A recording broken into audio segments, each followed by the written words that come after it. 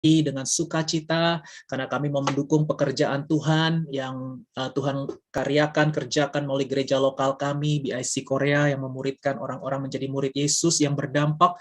Kami berdoa supaya persembahan ini boleh menyenangkan Tuhan dan lebih lagi membawa orang-orang menjadi murid Tuhan yang sejati. Terima kasih, kami memberi dengan sukacita di dalam nama Tuhan Yesus. Semua yang sukacita memberi, mari sama-sama katakan amin, amin.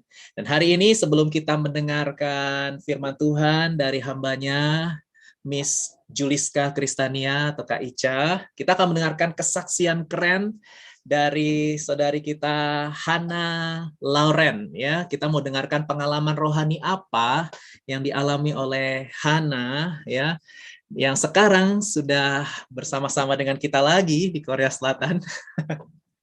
Ya, dan masuk di Dongguk University ya, S2. Nah, ini ada pengalaman rohani yang Hana mau ceritakan kepada kita, dan setelah itu saya persilakan Miss Ica atau Sister Ica untuk sharing firman Tuhan dan kita semua pasti diberkati. Silakan Hana. Ya. Oke, terima kasih Ko Didi atas waktunya. Shalom teman-teman semuanya. Mungkin ada yang belum mengenal saya. Perkenalan diri dulu. Nama saya Hana, asli Pontianak. Di Korea udah dari Agustus 2019. Cuman ke BIC itu baru akhir-akhir 2020. Jadi saya ke Korea pakai aku aja kali ya. Aku ke Korea itu untuk sekolah bahasa di Sogang University, dan sekarang puji Tuhan, seperti yang Ko Dedi bilang tadi, aku udah resmi jadi mahasiswa S2 di Dongguk University, jurusan Sastra Korea. Nah, mungkin perkenalan yang singkat, tapi percayalah teman-teman, untuk bisa perkenalan kayak tadi itu butuh waktu yang panjang banget, karena untuk bisa ke Korea lagi ini, saya melewati banyak banget proses. Untuk bisa sampai sekarang ini ada banyak sekali Tuhan itu proses saya, dan hal inilah yang pengen saya bagikan ke teman-teman. Mungkin ada teman-teman yang juga sudah mendengar kesaksian ini, tapi ada juga yang belum. Semoga bisa jadi berkat. Jadi saya itu kuliah S1 di BINUS jurusan broadcasting, dan secara pribadi saya udah suka Korea dari kelas 2 SMA. Terus suatu hari pas di tahun 2016 itu saya juga aktif di TV-nya kampus BINUS, dan dan suatu hari ada tim MBC Korea datang ke kampus saya untuk ngajak syuting bareng. Dan disitulah saya ngelihat kok keren banget gitu kan broadcastingnya Korea gitu, dan saya mulai nggak tahu kenapa tiba-tiba pengen deh kuliah di Korea, pengen deh kerja di Korea gitu kan. Jadi akhirnya mulai saat itu saya mulai berdoa sama Tuhan dan mengutarakan keinginan Tuhan, Hana pengen kuliah di Korea, kuliah S2 di Korea gitu kan. Dan mulai cari-cari kayak misalnya biaya hidup di Korea itu berapa, atau ada beasiswa apa, dan akhirnya aku ketemu beasiswa KGSP. Jadi pas 2018 udah lulus S1, aku langsung daftar KGSP, tapi gagal. Bahkan kampus aja nggak tertarik buat interview aku waktu itu ya. Jadi waktu itu aku gagal KGSP, tapi aku nggak nyerah. Waktu itu masih menggebu-gebu banget buat kuliah di Korea, dan akhirnya Maret 2019 itu aku daftar buat kuliah bahasa di Korea. Tapi sekali lagi, manusia tuh cuma bisa berencana gitu, tapi Tuhan yang berkehendak gitu kan. Satu hari sebelum, jadi besoknya aku tuh mau ke Jakarta untuk apply visa, tapi satu hari sebelumnya, nggak tahu kenapa kayak waktunya tuh bisa pas banget, mamaku tiba-tiba divonis kanker payudara stadium 2. Jadi otomatis waktu itu aku cancel dong, nggak mungkin ke Jakarta dan kondisi mamaku habis divonis kanker payudara kan. Dan akhirnya di situ aku udah mulai nggak punya keinginan lagi untuk ke Korea, karena aku pikir ada hal lain yang harus aku doain gitu, yaitu mamaku gitu kan. Jadi singkat cerita, waktu setelah mamaku kemo, radioterapi dan lain-lain, dan akhirnya mamaku udah nggak perlu pengobatan apapun, akhirnya mamaku bilang, Hana kalau misalnya masih mau ke Korea aja gitu, nggak apa-apa gitu kan. Dan akhirnya 2019 akhirnya mimpi jadi kenyataan, aku bisa sekolah bahasa di Korea. Dan waktu itu setelah kuliah bahasa di Korea itu, aku rencananya Maret 2020 itu di semester spring itu aku mau mulai S2 gitu kan. Ya, tapi sekali lagi Tuhan bilang no ke aku karena tiba-tiba corona. Jadi tiba-tiba corona dan karena orang tua aku juga berbisnis di Pontianak dan juga kena dampak corona, aku nggak berani buat minta uang untuk S2 dan akhirnya aku tetap karena memang udah terlanjur di Korea kan, jadi aku tetap menjalankan aktivitas aku yaitu sekolah bahasa dengan baik, lalu sambil part time untuk meringankan orang tua juga. Dan disinilah aku mulai meragukan Tuhan dan mulai kehilangan harapan ke atas masa depannya aku gitu kan. Jadi aku tuh mulai merasa kayak Tuhan kok nggak adil sih, aku udah doa dari dulu, tapi kok Tuhan kayak nggak perlancar semuanya, tuh ada aja masalah gitu. Padahal udah di Korea loh, tak udah sedikit lagi buat daftar S2, tapi selalu aja ada halangannya gitu kan. Dan aku pun mulai terintimidasi dengan kayak punya rasa iri dengan teman-teman yang seumuran aku, mereka udah kayak punya pekerjaan yang ya pekerjaan yang bagus, udah menikah bahkan udah berkeluarga, dan aku masih meratapi diri aku sendiri yang kayak apa ya, kayak lontang-lantung istilahnya kalau orang Pontianak itu lontang-lantung di Korea gitu. Dan saya ya di situ titik dimana aku mulai merasa nggak ada dan aku udah mulai stres gitu, depresi gitu seakan masa depan aku gitu ceritanya. Lalu um, terus karena emang aku tuh pengen banget S2 di Korea, jadi orang tua aku tuh bilang daftar aja dulu, keterima atau nggak keterima urusan nanti, dapat beasiswa atau enggak urusan nanti. Akhirnya Oktober 2020 aku mutusin untuk daftar S2 lagi dengan catatan aku harus dapat beasiswa kampus. Tapi lagi-lagi Tuhan bilang no, aku daftar ke Yonsei ditolak, aku daftar Chung-Ang diterima tapi nggak dapat beasiswa sama sekali, otomatis aku harus bayar full dan itu nggak mungkin. Dan disinilah titik dimana aku bilang oke, Tuhan, aku angkat tangan, aku mundur, aku pulang aja ke Indonesia. Jadi di saat itu bersama dengan bulan-bulan di detik-detik aku mau pulang ke Indonesia, aku mulai ke BIC. Nah, for information sebenarnya aku udah dari awal ke Korea itu berdoa minta komunitas Kristen sama Tuhan, dan aku belum ketemu BIC dan Tuhan jawab aku lewat BIC, dan akhirnya aku mulai bertemu dengan teman-teman di BIC, ketemu Kode di Cisusan, terus mulai ikut join Kulsinchon, dan saya juga dapat kenalan keluarga baru dan aku kenalan sama Grace juga waktu itu, yang juga kita teman-teman kenal ya Grace ya. Jadi dia itu juga pejuang S2 di Korea. Dan aku bersyukur kita berdua tuh punya masalah yang sama, jadi kita bisa saling menyemangati, saling mendoakan gitu kan. Dan aku pun karena udah dapat keluarga baru, aku ngerasa nyaman banget di BIC Korea. Jadi aku kayak ngerasa, aduh Tuhan, mau dong tinggal di sini lagi gitu. Mau dong S2 di sini gitu kan. Dan akhirnya aku nggak tahu kenapa waktu itu kayak pengen punya keinginan tapi aku nggak berani bilang gitu kan, karena itu aku udah mau pulang. Dan aku ingat banget waktu itu juga di Kulsincon Cirakwel pernah kesaksian sampai aku sama Grace tuh nangis bombay. Jadi aku kayak mulai berdoa lagi sama Tuhan, aku diskusi sama Tuhan. Tuhan, emang nggak boleh ya Hana S2 di Korea gitu, kalau misalnya emang nggak boleh ya udah Hana pulang, kalau misalnya boleh tolong buka jalan. Jadi aku terus berdoa-doa sama Tuhan, dan disinilah sepenuhnya aku tinggalkan keegoisan aku yang nuntut mau S2 di Korea, dan aku pasrah sama Tuhan, aku berserah sama Tuhan waktu itu. Aku diingatin sih sama ayat kayak masa depanmu sungguh ada dan harapanmu tidak akan hilang. Jadi di sini yang menguatkan aku untuk percaya kalau Tuhan itu pegang masa depan aku. Mendekati kepulangan aku ke Indonesia, akhirnya Tuhan tuh jawab doa aku lewat satu pendeta. Jadi papaku tuh dulu pernah kerja di Korea 6 tahun, dan dia punya kenalan pendeta yang memang khusus melayani orang asing.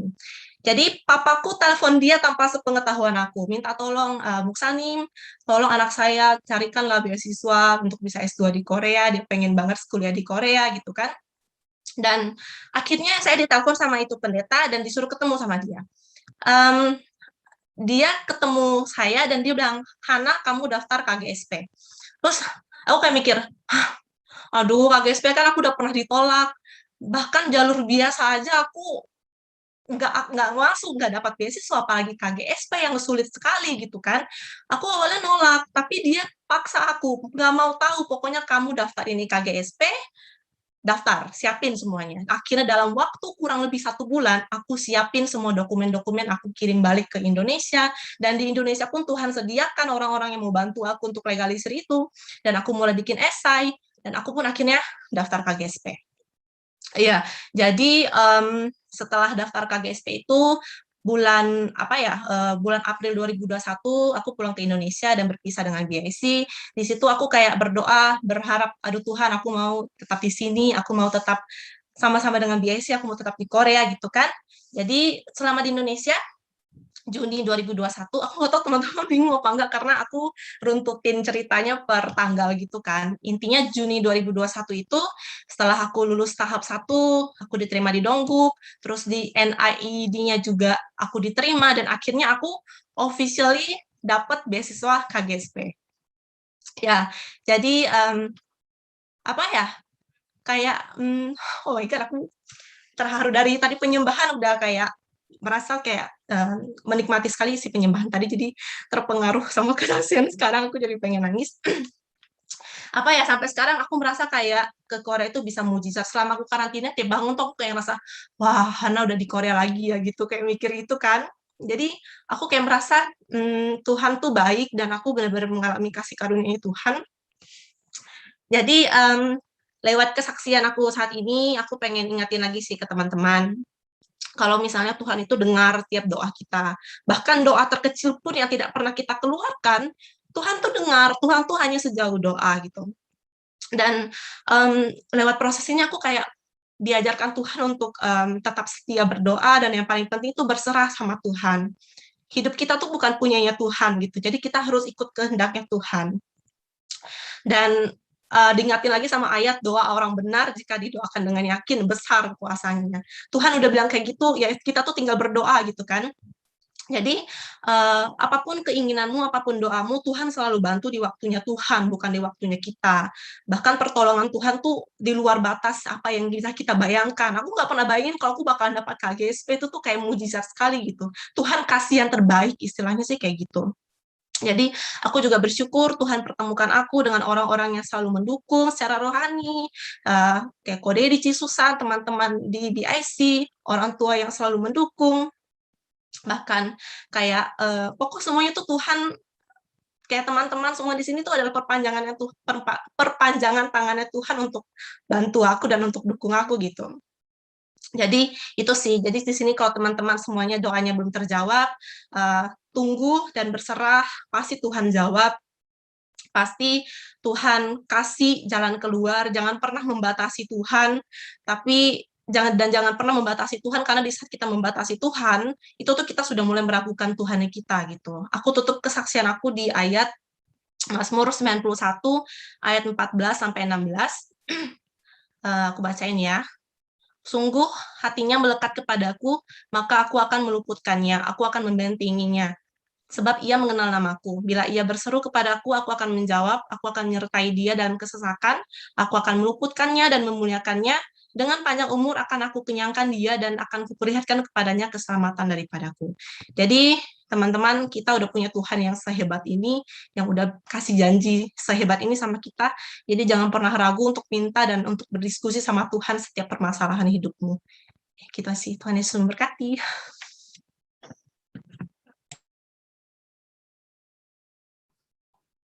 Wih, keren.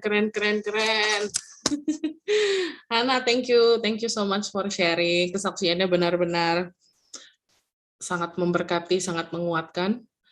Benar-benar ya, rencana Tuhan selalu jauh lebih baik dari rencana kita. Apa yang nggak pernah kita bayangkan, bahkan kita takut untuk impikan, ternyata itu yang malah Tuhan sediakan buat kita gitu. Jadi justru penolakan-penolakan yang dialami itu sebenarnya adalah cara Tuhan untuk membawa kita ke tempat yang lebih baik. Cara Tuhan untuk membuat kita melihat bahwa ini ada nih yang lebih baik buat kamu. Karena Tuhan kalau memberkati nggak pernah nanggung-nanggung. Dia selalu all out kalau memberkati. Puji nama Tuhan, terima kasih Hana. Dan shalom semuanya teman-teman BIC yang sangat-sangat aku kasihi. Berjumpa kembali bersama dengan Juliska di sini, dengan Ica di sini. Ini bukan It's Okay Let's Talk, tapi Tapi di sini di komunitas yang sangat memberkati, yang sangat sungguh-sungguh luar biasa, berperan sangat besar dalam kehidupan rohani aku, dan aku percaya itu juga buat kita semua yang ada di tempat ini. So, sebelum kita mulai mendengarkan firman Tuhan, mari kita bersatu dulu ya dalam doa. Allah Bapa, terima kasih. Terima kasih untuk setiap perbuatan baik-Mu Tuhan, untuk setiap hal-hal ajaib yang Engkau kerjakan dalam hidup kami. Kami sungguh mengucap syukur bahwa Engkau adalah Allah kami, Engkau Allah yang memilih kami, dan Engkau Allah yang setia pada kami ya Tuhan. Terima kasih untuk kebersamaan kami pada hari ini, kami boleh berkumpul, berdoa, bernyanyi, dan sekarang kami mau mendengar firman-Mu.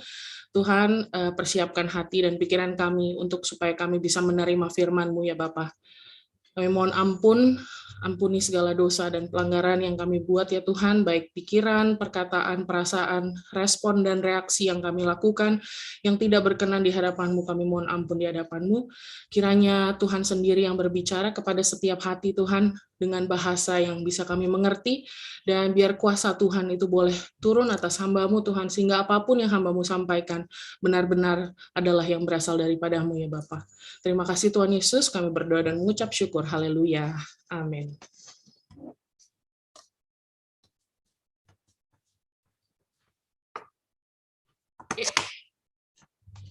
Oke.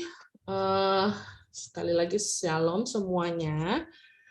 Hari ini aku sudah mempersiapkan sebuah topik yang apa ya? Yang spesial karena ini berbicara tentang kekudusan.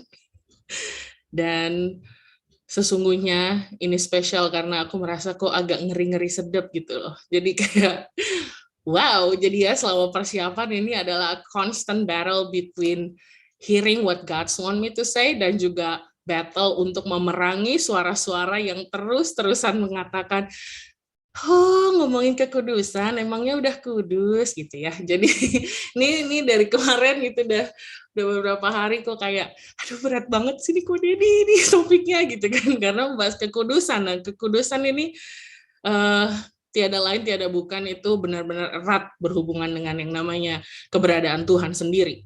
Nggak ada satupun dari kita di sini yang bisa klaim bahwa kita adalah holy enough untuk bisa merasa bahwa diri kita paling layak gitu ya, kecuali Tuhan sendiri yang mengatakan.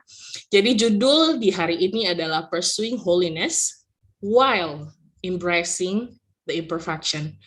Ada dua hal yang kontradiksi di dalam satu title ini, tapi aku merasa kedua kalimat ini adalah dua hal yang tidak bisa dipisahkan. Sebenarnya bisa aja pursuing holiness, itu kan kayaknya wow gitu kan ya, memang kita semua mengejar kekudusan gitu ya. Tapi sebenarnya ketika membahas holiness, ternyata ada juga satu hal yang perlu kita acknowledge bahwa imperfection akan selalu menjadi bagian kita. Makanya kenapa title ini menjadi satu kesatuan yang utuh, bahwa sebaiknya tidak dipisahkan. Bahwa di saat kita mengejar kekudusan, di saat yang bersamaan juga kita harus mengakui dan merangkul diri kita menjalani proses-proses menuju kesempurnaan. So, ayatnya dari 1 Petrus 1 verse 16. Ini ayat yang singkat, padat, dan jelas.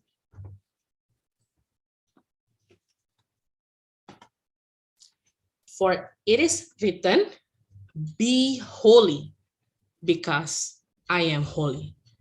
Jadilah kudus, sebab aku kudus. Tuhan gak main-main banget kalau udah yang namanya ngomongin soal kekudusan. Kudus ya kudus, titik gitu ya. Karena dia adalah Allah yang kudus, itu nggak bisa diganggu-gugat. Kayak aku bilang tadi bahwa ini tuh singkat, padat, jelas. Yesus bilang kudus. Ini kalau pakai bahasa sehari-hari mungkin Yesus bilangnya, ya lo harus mesti menjadi kudus gitu loh. Jadi karena apa? Ya karena aku kudus. Dalam persiapan firman ini aku jadi buka-buka lagi gitu, buku Keluaran, di mana saat itu bangsa Israel dipimpin sama Musa menuju tanah perjanjian gitu ya. Nah, di dalam buku itu nanti kita coba baca deh masing-masing, bahwa di situ kita bisa ngelihat banget dan belajar bahwa banyak sekali momen-momen di mana Tuhan tuh sangat serius dengan kekudusannya. Nanti di Keluaran 32 gitu, mungkin ada waktu bisa baca di rumah bahwa Tuhan jelas banget loh ngomong bangsa ini nih, dia ngomongin bangsa Israel, bangsa ini sungguh tegar tengkuk, aku murka dan hendak membinasakan mereka. Itu kayak pas baca tuh kayak wow, Tuhan ngegas banget gitu ya. Kayak dia benar-benar mengungkapkan kemurkaannya gitu. Dia benar-benar marah karena saat itu memang bangsa Israel tuh ya bisa dibilang yang paling susah dibilangin lah. Udah jelas Tuhan kasih penyertaan apa segala macam, isinya ngeluh lah apa segala macam. Jadi kayak mungkin Tuhan kayak udah empet gitu loh, kayak ya ampun nih bangsa kok kayak nggak tahu diri gitu istilahnya kan. Dan Tuhan pun sampai berpikir untuk aku hendak membinasakan mereka. Nah sebenarnya kalau kita lihat gitu, kita juga bisa lihat di sini bahwa Tuhan tuh benar-benar ya nggak pernah bisa kompromi ketika ini berkaitan dengan kekudusannya yang dinodai manusia. Tadi di VOP juga sempat beberapa statement juga yang benar-benar sangat menguatkan apa yang aku dapatkan gitu, bahwa memang Tuhan itu nggak boleh dikompromikan gitu loh. Yang namanya berbicara soal kebenaran, soal kekudusan, ya itu ya dan ya gitu. Nggak ada ya oke lah kali ini oke lah gitu kan, nggak ada kayak gitu. Tapi Tuhan benar-benar he's being serious when he's talking about holiness. Tapi sebenarnya kenapa sih Tuhan seperti itu? Apakah Tuhan memang kayak demanding gitu ya, kayak misalkan pasangan-pasangan yang posesif atau gimana gitu? Apa sih sebenarnya yang membuat Tuhan sangat serius gitu untuk mengajak kita untuk bisa menjadi kudus? Nah kalau udah berbicara ini tuh sebenarnya kita bisa mengingat lagi bahwa apa sih tujuan Tuhan seperti ini? Nah, kita bisa mengingat lagi bahwa apa sih sebenarnya kerinduan terbesar Tuhan dalam hidup manusia? Yaitu Tuhan menginginkan kita semua untuk bersama-sama dengan Dia ada di sorga di akhir hayat kita nanti.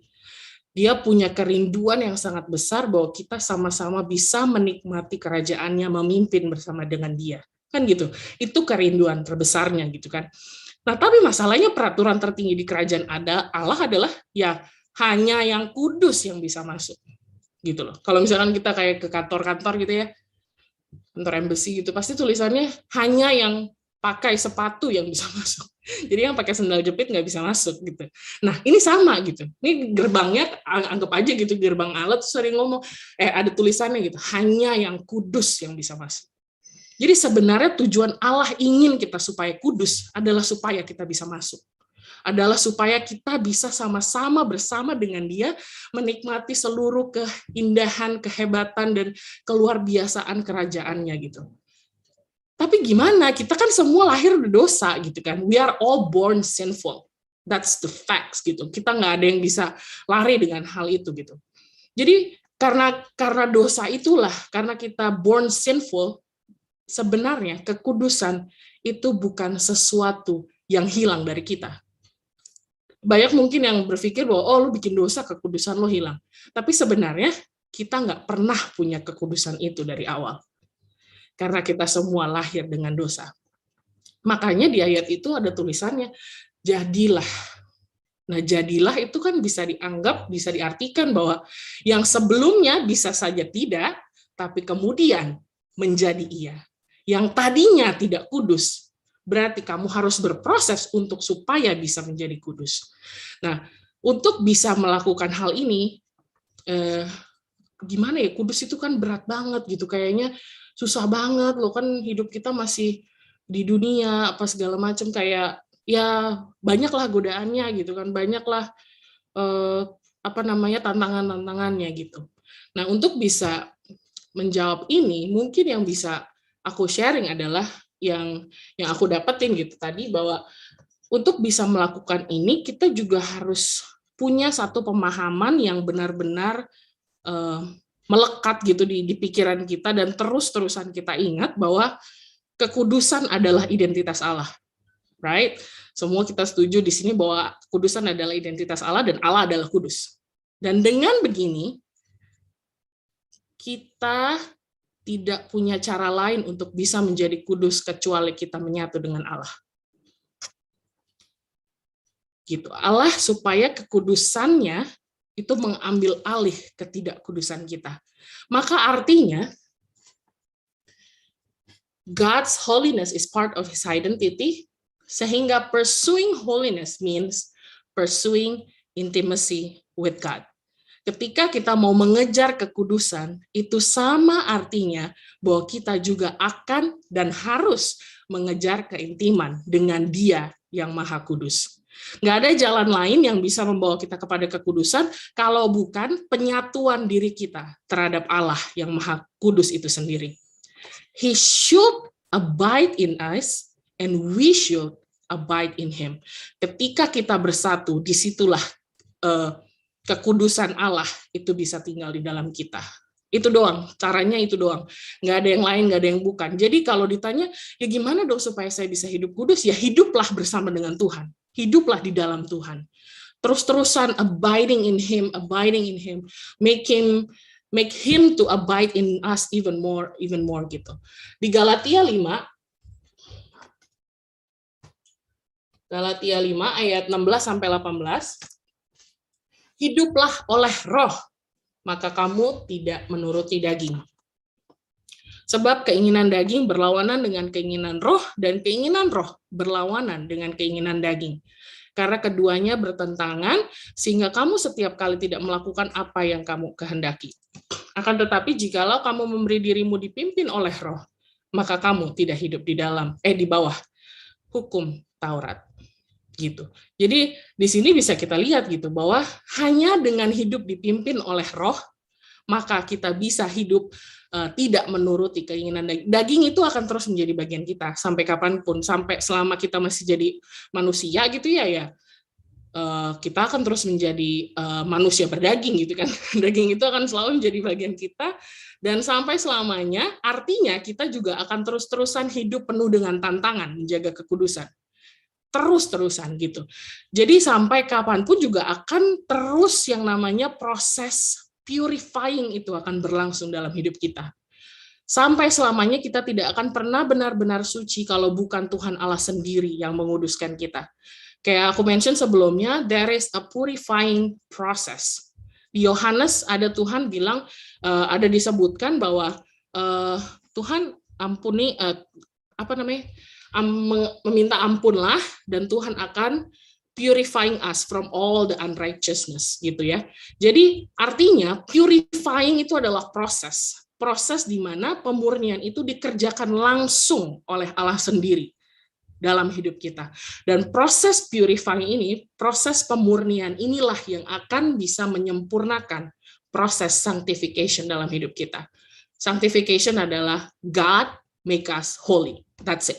Hanya Tuhan yang bisa membuat kita kudus. Jadi untuk supaya kita bisa mampu hidup dalam kekudusan, ya hiduplah bersama Tuhan, hiduplah dengan Dia yang bisa membuat kita kudus.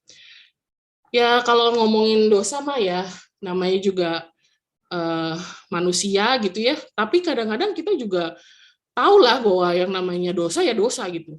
Kalau dosa ya harus salah, ya kan? Nggak ada dosa kecil, nggak ada dosa besar. Nah, untuk hal ini aku mau mengadakan sedikit aktivitas kecil. Ini kalau possible, mungkin nggak kalian untuk turn on the camera supaya aku bisa lihat dan kita bisa melakukan aktivitas ini bersama. Kalau possible aja ya. Kalau possible, please turn on your camera. Karena ada sebuah aktivitas yang aku mau lakukan. Oke, ini yang udah buka kamera aja deh. Aku pilih ya. Tapi semuanya ikut berpartisipasi aja, nggak apa-apa. Turn off your camera, it's okay. But I will choose one of you. Aku pilih salah satu dari kalian. Nah, nanti yang lainnya bisa ikut berpartisipasi. Partisipasi itu apa lagi? Oke, ini yang udah dibuka aja. Talia ya. Talia. Nah, ini aku ada sebuah aktivitas kecil yang berjudul Truth or Lie gitu. Truth or Lie. Nah, nanti aku mau meminta tolong sama Talia untuk memberitahukan 2 dosa atau 2 kesalahan kepada kita semua di sini ya. Nah, 1 itu dosa yang dikarang, 1 dosa yang benar-benar kamu lakukan. Nah, nanti the rest of us will guess. Semua dari kita di sini akan menebak Mana nih dosa yang benar-benar Thalia lakukan dan mana dosa yang tidak Thalia lakukan? Do you need time, Thalia, untuk menjawab?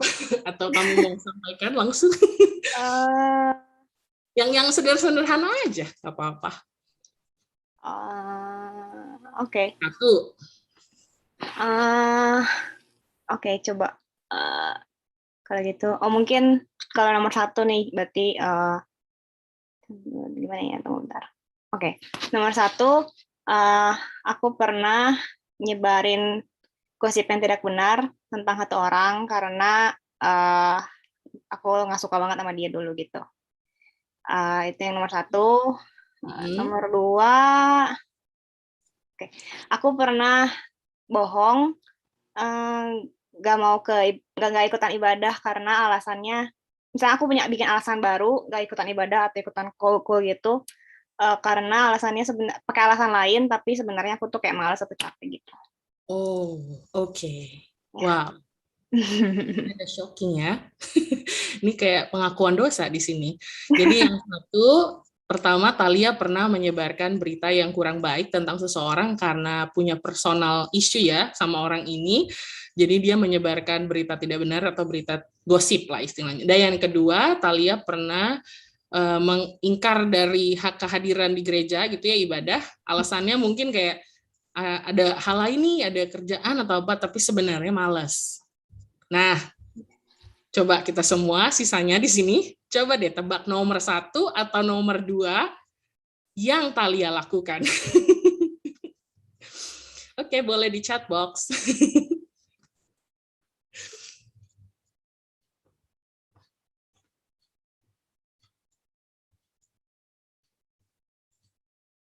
Wah, banyak yang nomor 1 nih. Berarti sebenarnya mereka bilang Thalia tukang gosip ya? Ternyata anak-anak BIC lumayan judgmental ya. Karena Thalia, kamu nggak tahu kan ternyata di belakang kamu mereka berpikir kamu seorang yang penggosip. Oke, udah belum? Udah jawab semua belum? Ini bahkan Ko Dedi ikut jawab loh. Ya ampun, Ko Dedi. Nggak nyangka deh. Oke, udah ya. Bukan karena cinta. Oke, waduh. Wah, ada pembelaan juga nih. Jadi saling menutupi dosa masing-masing ya. That's good. Oke, terus jadi mungkin saatnya ini reveal. Thalia, mungkin bisa di hadapan publik. Kamu bisa mengakui kalau kamu berkenan, ya. Kalau kamu berkenan ya. Tapi sih mudah-mudahan berkenan gitu. Coba kamu sampaikan which one from number 1 or number 2 yang benar-benar. Yang benar-benar kamu unmute ya. Oke. Ya, nomor 2 guys. Oh, nomor 2. Iya. Jadi Thalia itu pernah bohong sama Ko Dedi, sama Ko Calvin, ya. Bilangnya kerja, padahal sebenarnya males. Wow. Beneran nih Thalia, ini beneran? Ini masa bohong? Oh iya, kan kamu juga biasa bohong sebelumnya. Kamu bohong sama Ko Dedi bilangnya kerja gitu kan? Tapi it's okay. Ini nggak ada judging ya. Aku cuma nanya loh, kayak, oh jadi kamu pernah bohong, bilangnya nggak ibadah, tapi sebenarnya malas gitu. Bukannya Thalia ini ya, pelayan Tuhan ya? Iya. Oh, pelayan Tuhan masih bisa ngarang-ngarang gitu. Aku jahat banget gak sih? Ya ampun. Tapi ya nggak apa-apa, namanya juga manusia. Tapi ya cukup tahu aja sih kalau misalkan pelayan Tuhan kok masih bisa malas gitu datang ke ibadah. Anyway, kita lanjut lagi. Intinya pokoknya ya salah sih sebenarnya kalau pelayan Tuhan masih punya keinginan untuk tidak hadir di dalam ibadah, karena gimana jemaatnya gitu kan, apalagi jemaatnya gitu kalau pelayannya aja nggak bisa komitmen.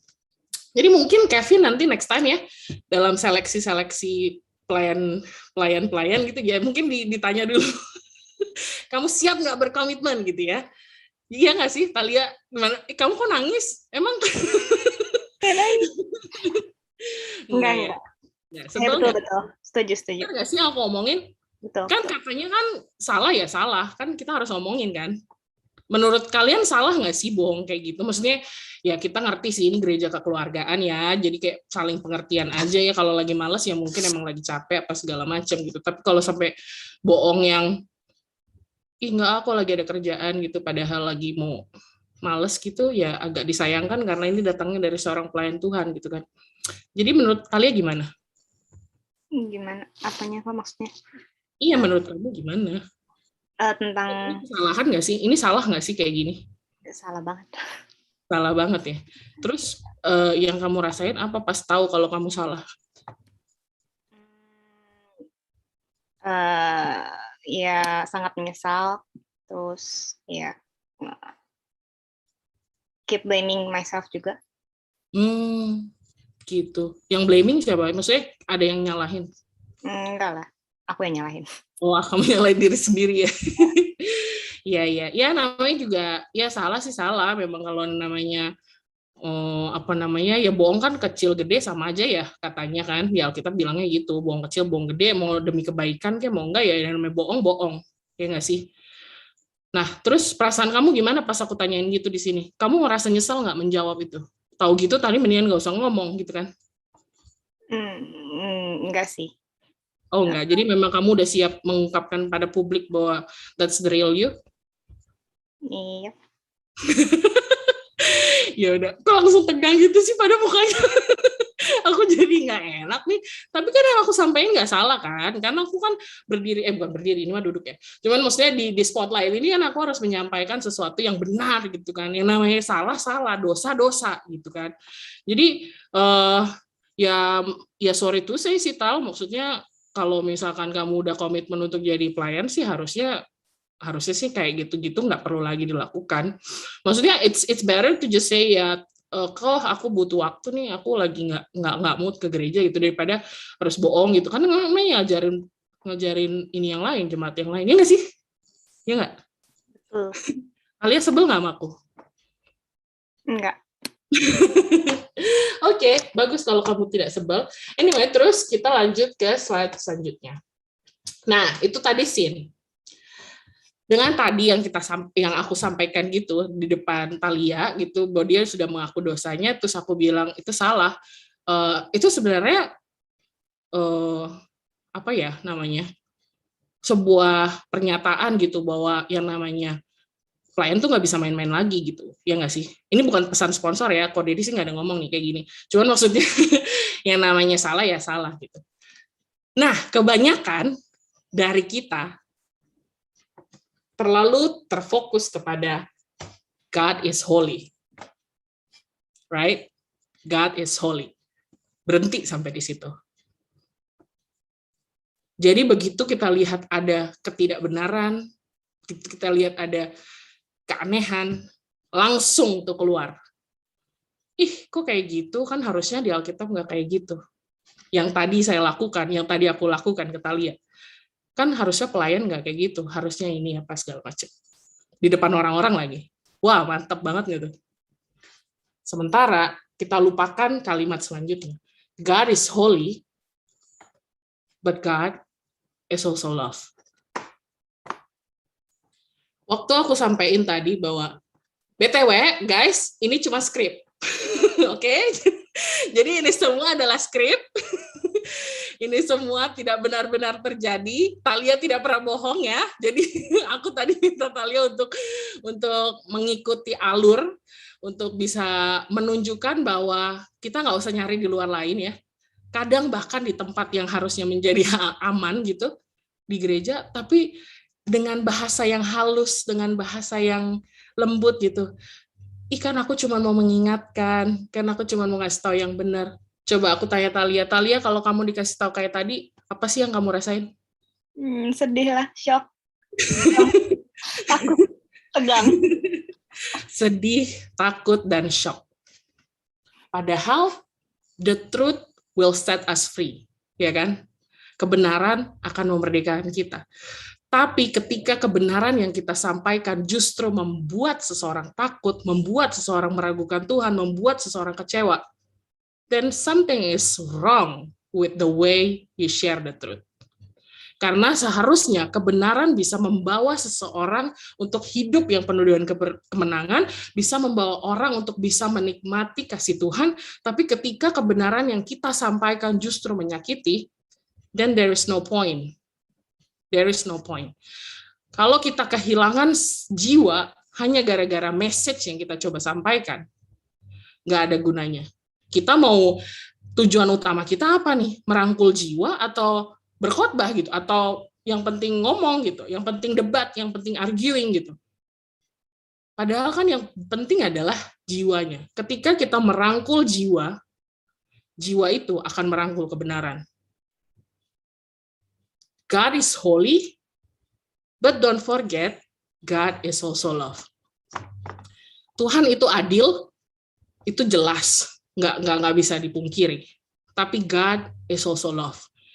Dan dua hal ini tidak akan pernah bisa terpisahkan dari identitas Allah.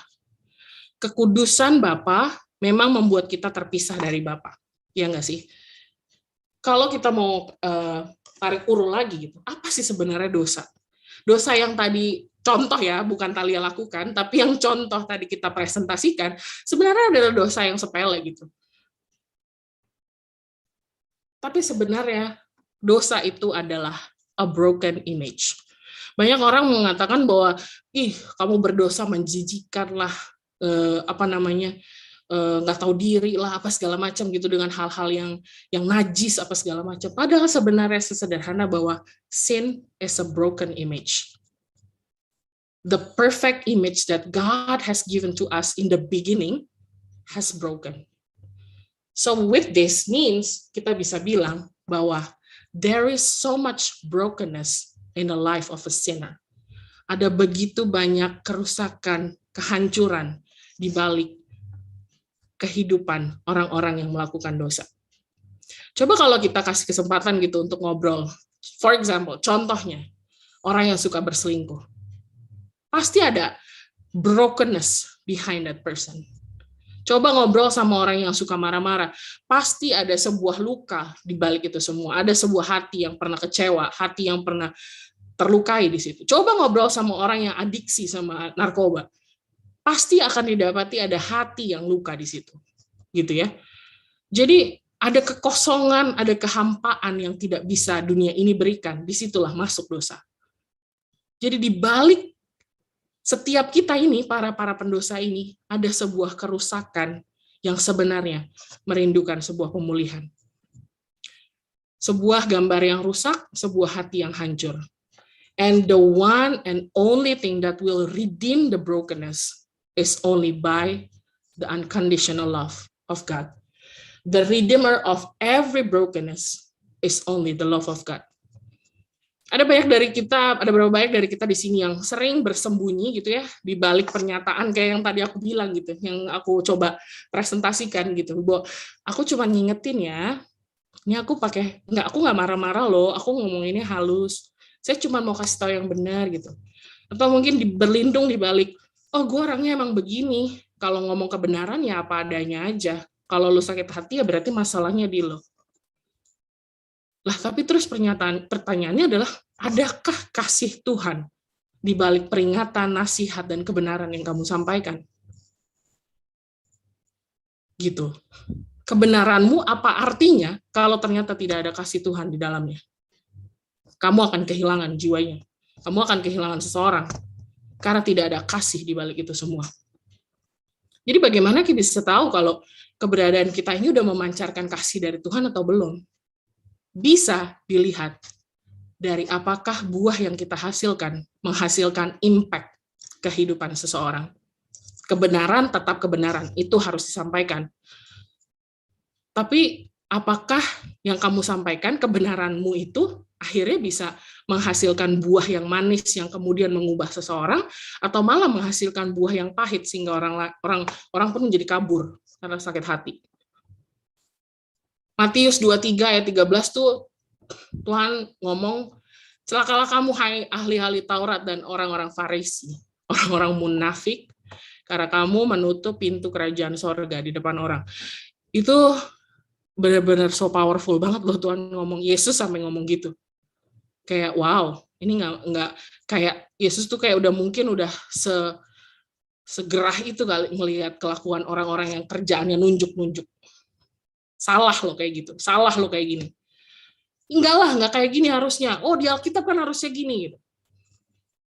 Itu sih ya kalau udah sampai Yesus sendiri yang bilang munafik dan celakalah ya, mendingan nangis aja sih di pojokan. Tapi kayaknya Farisi nggak ada hati juga untuk ngerti itu ya. Tapi intinya bahwa kalau kita kerjaannya juga mengklasifikasi dosa orang, apa bedanya kita sama Farisi?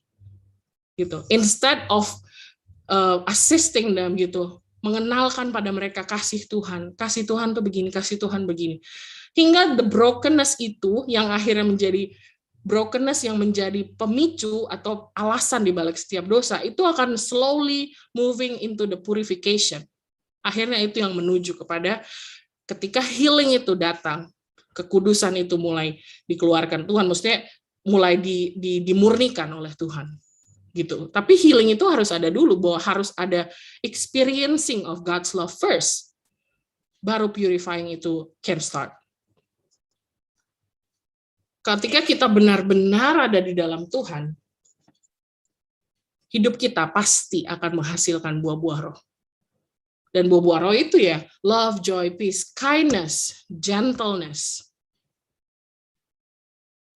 faithfulness, patience. Itu semua akan otomatis keluar dalam keseharian kita ketika kita sudah benar-benar mengenal Tuhan dan hidup dalam kebenarannya. Buah roh itu adalah hasil yang didapat ketika kita menabur waktu, tenaga, pikiran, hati kita untuk hidup dalam kebenaran Tuhan. Dan ketika hidup kita sudah dipenuhi oleh roh-roh, buah-buah roh, ya itu pasti perjalanannya untuk mengajak orang lain untuk sama-sama hidup di dalam Tuhan juga akan dipenuhi oleh gentleness, dipenuhi oleh love, penuh dengan patience dan segala macam. Gitu ya. Jadi, tapi balik lagi ini juga perlu kita terus ingat bahwa bukan berarti kita harus menjadi Kristen yang manja. Kristen yang dikit-dikit boleh baper, dikit-dikit sakit hati atau enggak. Itu juga bukan tujuan kita. Bahwa mengasihi itu penting, tapi mengasihi dengan benar.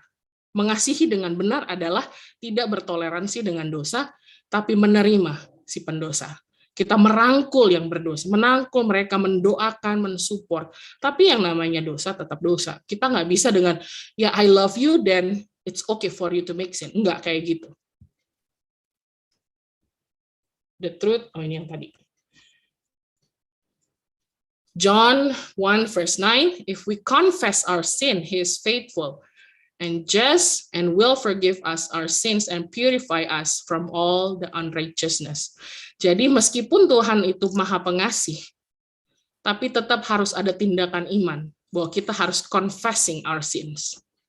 Bukan terus-terus, karena Tuhan Maha Pengasih, ya udah, I will just continue living like this. Nggak kayak gitu juga.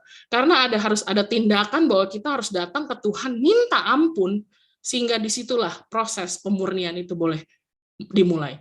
Kalau nggak ada yang confess, ya kita akan terus-terusan hidup di dalam dosa, terus-terusan hidup dalam perbudakan dosa. Jadi kita mengakui dosa kita, dan Ia adalah Allah yang setia dan adil. Kalau kita membahas kekudusan, itu kita nggak bisa tidak membahas tentang kasih Tuhan. Karena Allah adalah adil dan penuh kasih. Di Mazmur 145 ayat 17, Tuhan itu adil dalam segala jalannya dan penuh kasih dalam segala perbuatannya. Ada kata-kata adil dan ada kata-kata kasih. Jadi kekudusan dan keadilan itu harus berjalan beriringan. Ini bukan sesuatu yang berseberangan, gitu ya. Jadi bukan akhirnya menjadi, ini kan abu-abu nih berarti, lo akhirnya enggak, yes enggak, no enggak, gitu, kayak gray gitu ya, area abu-abu. No, it's not. Because God Himself adalah adil dan kasih. This is not gray area, this is all the area of grace. Ini adalah areanya anugerah, di mana kita bisa didisiplinkan oleh Tuhan, tapi di saat yang sama kita juga menikmati kasih-Nya. Kekudusan dan keadilan itu tidak berseberangan. Karena kekudusannya tidak menghapuskan kasihnya, dan kasihnya juga tidak meremehkan kekudusannya. Oke, keduanya berjalan beriringan. Puji nama Tuhan. Dan untuk menutup ibadah firman kita hari ini, aku mau mengajak kita semua untuk nyanyi lagu satu ini bersama-sama sebagai penutup kita ya. Mari kita siapkan hati dan pikiran.